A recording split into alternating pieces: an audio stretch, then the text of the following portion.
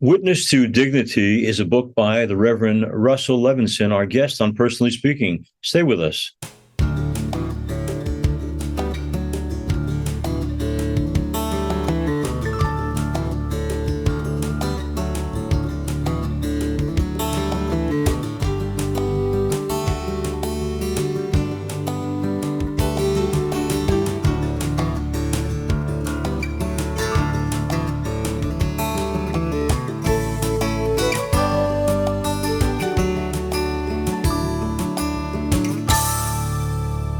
Hello and welcome to Personally Speaking. I'm your host, Msgr. Jim Lisante, and the Reverend Russell J. Levenson Jr. joins me now. Reverend Levenson has served as Rector of St. Martin's Episcopal Church in Houston since 2007. With 10,000 members, St. Martin's is the largest Episcopal church in North America. In 2018, Reverend Levenson officiated and preached at the memorial service at St. Martin's for the late First Lady of the United States, Barbara Bush. Later that same year, he co-officiated and preached at the state funeral for President George H.W. Bush at both Washington National Cathedral and the Houston-based memorial service held at St. Martin's. President and Mrs. Bush were active members of St. Martin's Episcopal Church for over 50 years and served in many roles of leadership and ministry. Reverend Levenson has written a great new book called Witness to Dignity, The Life and Faith of George H.W. and Barbara Bush. The book is a personal and eyewitness account of the character, integrity, service, faith, and dignity of George H.W. Bush and Barbara Bush, written by their priest, their pastor, and their friend.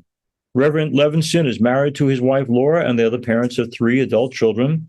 He's here with us today to tell us about the faith and character of our 41st President, George H.W. Bush, and his great First Lady, Barbara Bush. Joining me now, I'm so pleased to welcome to Personally Speaking, the Reverend Dr. Russell J. Levenson Jr. We're here with the Reverend Russell Levenson, and we're talking about a book that he has written about Barbara and George Bush, which is magnificent. And I'm going to encourage our listeners and watchers to please get a hold of the book. It's called Witness to Dignity and talks about a side of them that we don't always know. People know them because of their political lives, but their spiritual lives and how that fed their generosity and goodness is what Russ talks about in this book. Before we get into George and Barbara Bush, though, I want to talk for a minute about you. One of the questions almost everybody in ministry gets somewhere along the line is, when did you get the call? And I'm just wondering, in your own background, was faith something that you were handed by parents and family, or was it something you came to on your own? A little bit of both, as is often the case. My father, who was a single dad for a while, raised my 2 sisters and I to be very faithful in church attendance in the Episcopal Church. And as I got older, and he actually remarried my stepmother, that was a very important part of our life together as a family. And so I was steeped in the church, but frankly grew up in the late 60s, early 70s, when, as you will remember, I think we kind of generously called it the Jesus movement, when lots of groups like Young Life and Fellowship of Christian Athletes and things like that were turning younger teens onto a relationship with our Lord. And the more I heard about that, I had gone through the sacramental steps. I had been baptized. I had been confirmed. But I think at a point in my late teens, I made that in a more personal way. So the baptism and confirmation caught up to me, so to speak. And but I grew up in a retail family, so for many years thought I would be working with my dad. But the older I got, the more I was drawn toward ministry. And shortly after graduating from college, my wife and I together went to talk to my father and said, I think we're not going to head down this path. And my father said, are you sure? And I said, yes, sir, I think we're sure. And he said, well, good, then I'm going to sell my business and retire. So, and then off to seminary we went, my wife and 2 children and I. And I did as we often do. I prayed that if it was not to be, the Lord would shut a door. And what I found was the doors kept opening one after another. And when they opened, it was real clear that this is what we were supposed to do. And I absolutely love the work. Yesterday was the anniversary of my ordination to the priesthood, over 30 years, and January 6th, I should say, but it was recognized in church yesterday.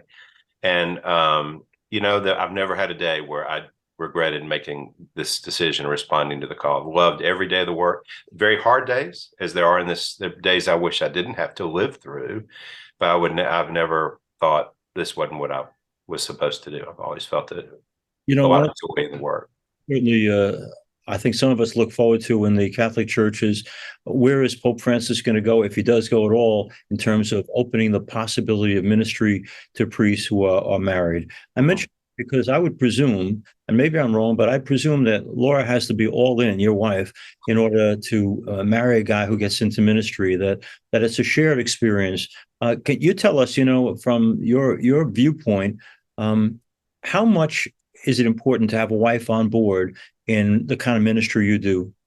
That's a great question. And over the last few years, particularly as I get older and get more gray hair and more wrinkles, I'm invited to go speak to seminaries and young seminarians. So we have a few seminaries across the country, and I've visited them, and I'll ask if we circle up, say, how many of you are married? And hands will go up, and I'll say, now there are going to be people who tell you it really doesn't matter whether or not your spouse is dialed into it. And let me tell you, it absolutely matters. You can't do it without your spouse. I mean, if you want to live two mutually exclusive lives, that's one thing. But as you know, this work is all consuming in a good way. And I could not have done what I've done without my partner in crime.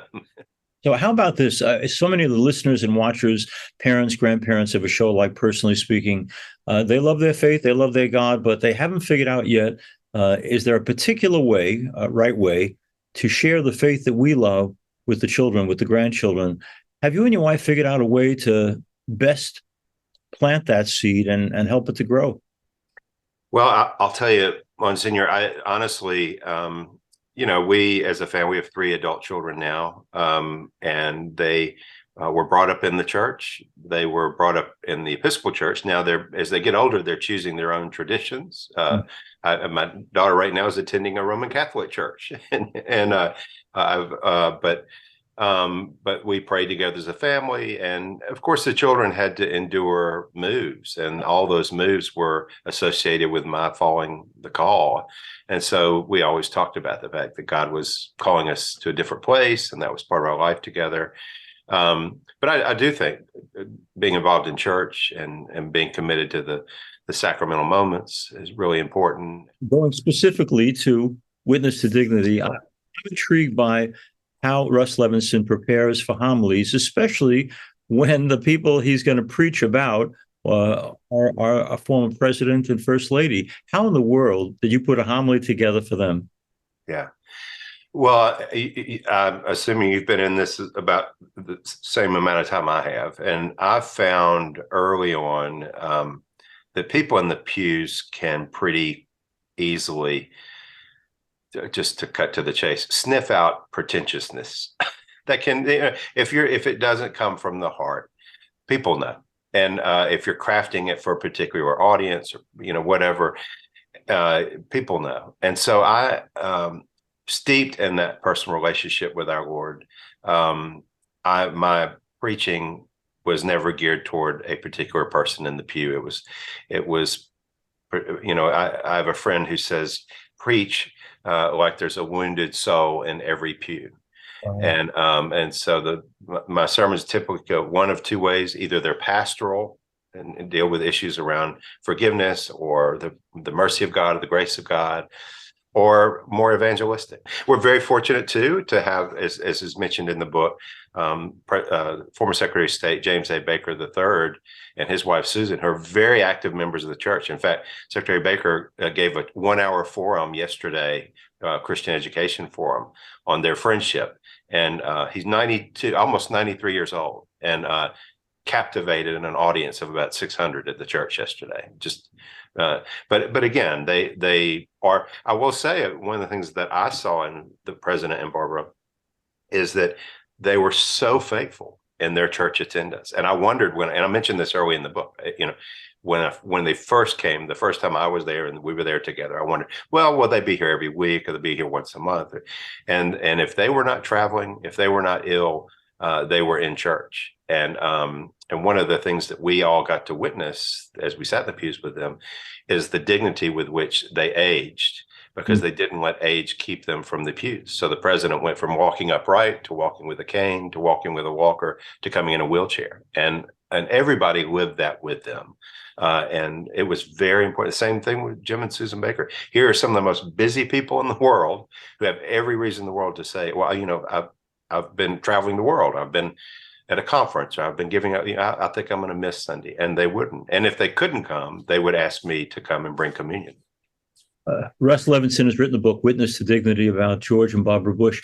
In the scene you paint of the passing of Barbara, you're holding hands with people. You're giving the former president a kiss. You're expressing to Barbara and George love. Has that always been your nature, to be someone who's just very free with expressing himself and the things that matter? I think so. I mean, if you go back in my family tree, I have Jewish roots. Jews are pretty good at loving on you and letting you know where they are, good or bad. Russ Levenson, some of you may pick up by listening to this interview, is not from Brooklyn. I can do Brooklyn if you want, but he not only has spent his time now in Houston over these years, but a lot of time originally in Alabama. For better or worse, a lot of the perception of the country, I guess, from movies and television about the people of Alabama is that there's still prejudice and bigotry alive. And you've worked with, loved the people of, served the people of Alabama. Has there been a lot of movement there in terms of the kind of people you knew years ago and the Alabama you know today? Yes, I'm so glad you said that. My wife and I were actually listening to a radio program just the other day, and the person went off, I guess for lack of a better, went off on Alabama. And I grew up in the 60s, and so I was somewhat aware of the tensions that were there. I will say one of the interesting things about my Jewish grandfather is that because of what he had experienced as a young man, he really believed that people should be all treated the same. And so he had in downtown Birmingham, he had a big retail store with a lunch counter that was blocks away from 16th Street Baptist Church. But everybody knew you were welcome in his store. And so my father's store, my grandfather's, was never a target of a lot of what happened during the 60s. They were just kind of outside of that. And so my father and my grandfather both employed a number of people of color, and I often worked alongside those. My father, that was in the days before child labor laws existed. And so my father had me doing inventory at the age of 9, with people in the stock room. And so I worked with a lot of people of color, and then I was fortunate to work in different places where that really spoke to me. I will say, growing up where I did, it was a very white area. I mean, there was no color in Mountain Brook, Alabama, a suburb of Alabama. Okay. But the thing that changed my heart and shaped me around that, of course, is reading scripture and reading the epistles about how we are to treat each other the same. And I think I have seen, as the years go on, lots of people get involved in reaching across the aisles to try to find better way to live together, better way to see one another. I mean, we're all going to end up in our Father's house. Russ Levenson's our guest. Witness to Dignity is the book we're talking about. You talk about in the book the character, the civility, the graciousness of George H.W. Bush. And I'm thinking to myself, I know he wanted desperately to win that 1992 re-election campaign. He loses to Bill Clinton, and they become some of the best of friends. And I try to imagine Joe Biden and Donald Trump doing the same. What is it about George Bush that made him say, I can be friends with someone who's my political opposite, but it's not going to interfere with our ability to walk together? Yeah, that's a great point. I think one of the things to go back for just a moment on the racial issue or the diversity issue, one of the things that we saw in both, we had a visitation for Barbara at St. Martin's in Houston, and we had a visitation for the president at St. Martin's. Barbara resisted it, by the way. She thought, she made this joke, who's going to come to my funeral? I was like, everybody's going to come. But when we orchestrated, both of those lasted roughly 8 to 12 hours, depending on how they were set up. For hers, over 8,000 people. For his, over 12,000 people.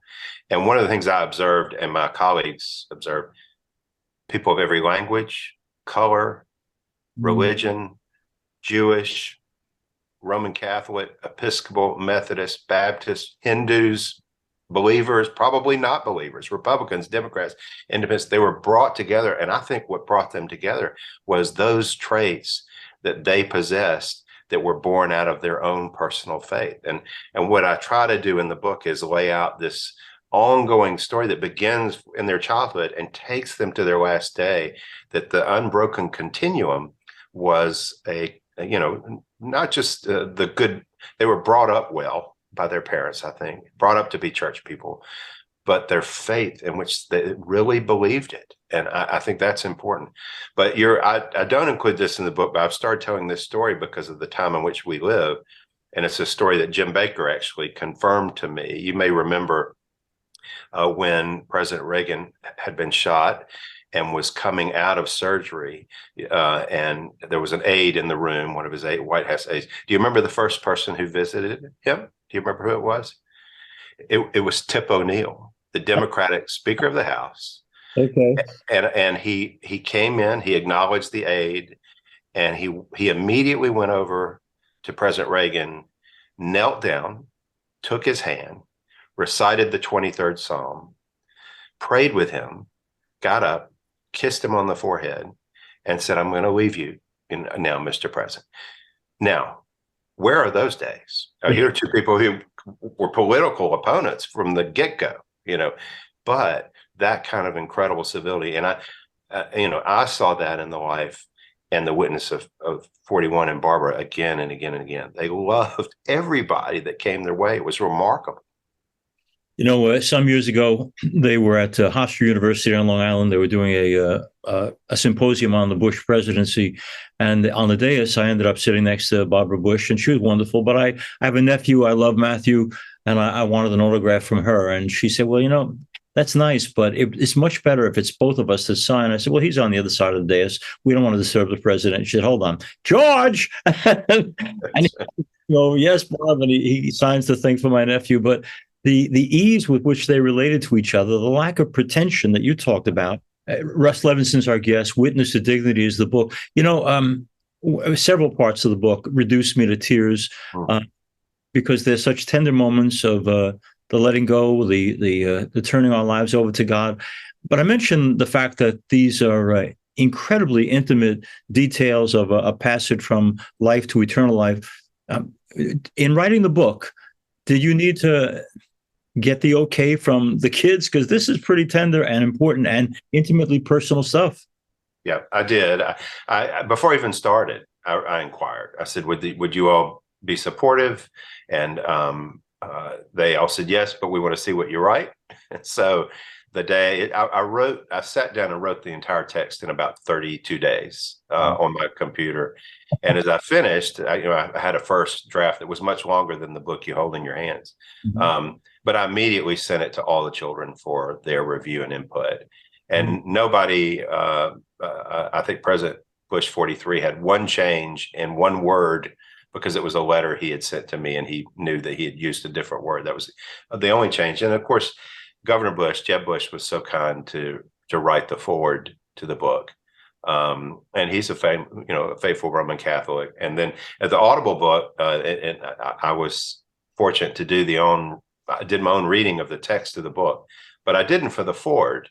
And another wonderful Roman Catholic brother, Gary Sinise, has become a good friend over the years. And Gary actually read the foreword for the book and as a favor to me, and for which I'm very grateful. Gary does incredible work, of course, as you know, and is just a sweet, wonderful, gentle guy. But yes, the family did have to approve. And I think I thought if we left some of those moments out, particularly the death of Barbara and the moments that followed, if we and the death of the president as well, then that I probably would not have written the book, because frankly, they died with dignity, and they died in the way I think we all would want to die, surrounded by the loved ones, with your pastor, your priest, kneeling next to you, saying the prayers at the time of death, and released peacefully and painlessly out of this world into the next. And they absolutely believed they knew where they were going. I mean, that was not an issue. That's why I ended the book kind of reflecting on what Christians believe about life after death. I kind of got, as you know, I kind of ended the book chapter 18, on kind of a reflection on the difference between the time in which we're living and the time in which he led. And then I got through it and I thought, well, that's kind of a downer. It's a little, I'm just kind of leaving you, hey, we all hope for better times. We all hope for people to get along better, work along in a better way for the better of our world and country, of course.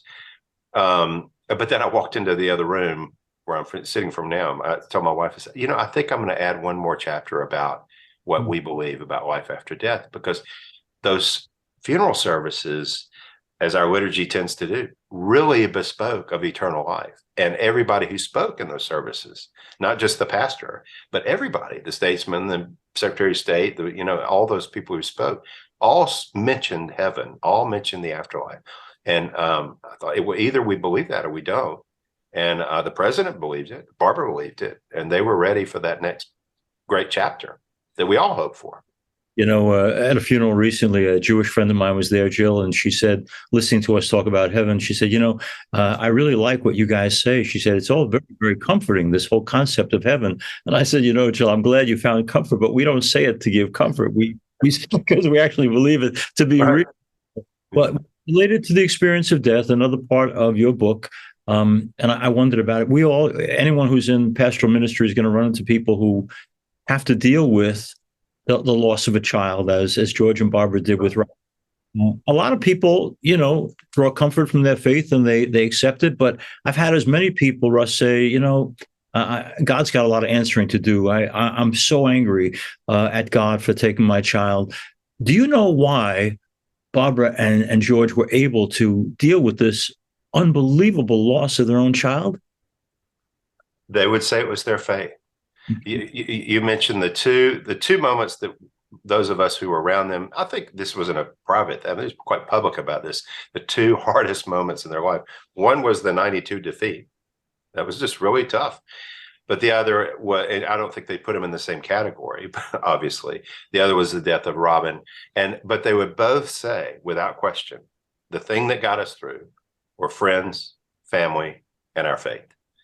And Barbara says one of the most incredible spiritual moments she had in her entire life was the moments after the death of Robin and brushing her hair. And she said, she'd never felt in her life a more intense moment than that moment. And as you know, and I know that, and whenever I have to be with somebody to walk them through that journey, which is the toughest journey a pastor has to do, I've not lived through the death of a child, and I pray I never do. And I often will say, I don't want to trade places with you, but I am here to assure you of God's love and God's love for your child.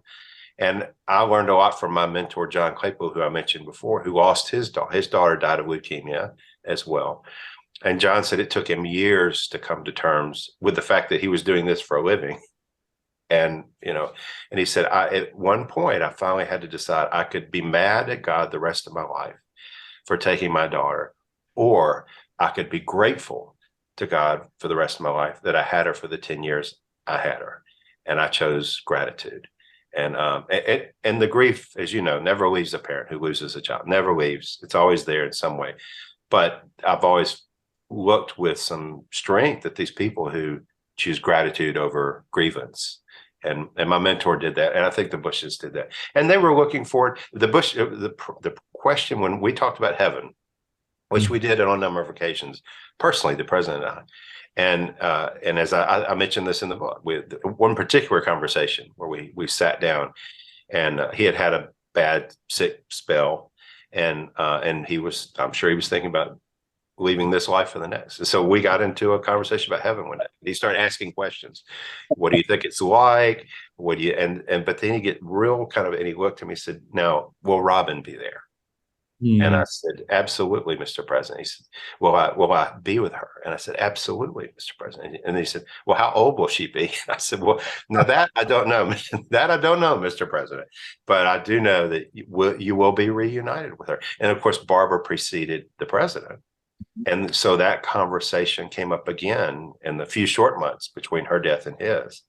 And he said, will I see Barbara again? I said, you're going to see Barbara and Robin again, Russ Levenson has been our guest and witness to this dignity, this great concept of dignity is what the book's about. But I'm glad, Russ, we had you on because I think for a lot of us Catholic folks, fortunately or unfortunately, our image of anyone who's an Episcopalian priest is Grantchester, and you certainly broadened the scope for sure. But Thank you. I want to thank you for everything you do in terms of your writing and preaching. And I guess where I'd like to leave, last question would be, with all the ups and downs and all the challenges of ministry and the highs and lows, looking back on these 30 some odd years of your ministry, would you do it all again?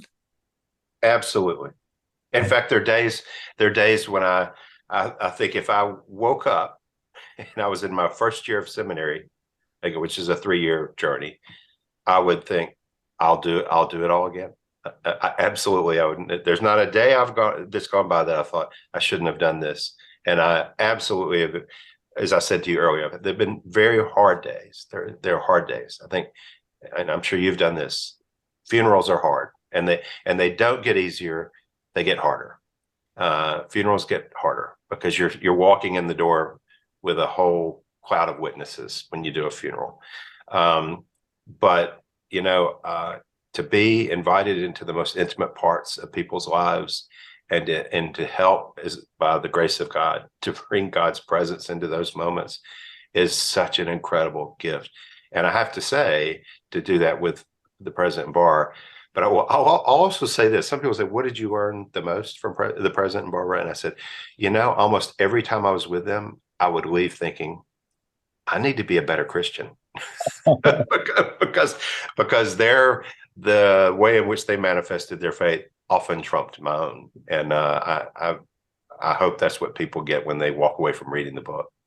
I'd like to say to my listeners and watchers, please get hold of Witness to Dignity. It's a great other side of the Barbara and George H.W. Bush we thought we knew, because it's a story of faith and love and dedication and kindness and putting faith into action. And happily, the man who walked through a lot of that journey with them is the author of the book, and he knows intimately and truly who they are. And I thank you for sharing who they are and what they meant to you. And I think we all come away from the book being or trying to be better Christians. Russ Levenson, thank you so much for being on Personally Speaking. And I'm so glad you're in ministry too. Thank you, Monsignor. God bless you. And thank you for this opportunity. As we end today's program, I want to thank you. And if you need to reach out to me for any reason, you can reach me at personallyspeakingpodcast@gmail.com. This program, aside from being on the Catholic channel on Sirius XM, is also on YouTube. Please hit like and subscribe. Personally Speaking is also on Facebook at Personally Speaking with Monsignor Jim Lisante. We're also now on Instagram at Personally Speaking Podcast. I'm privileged to serve as host and executive producer, Personally Speaking. Our producer is Lisa Jandovitz. We'll be with you again next time on Personally Speaking.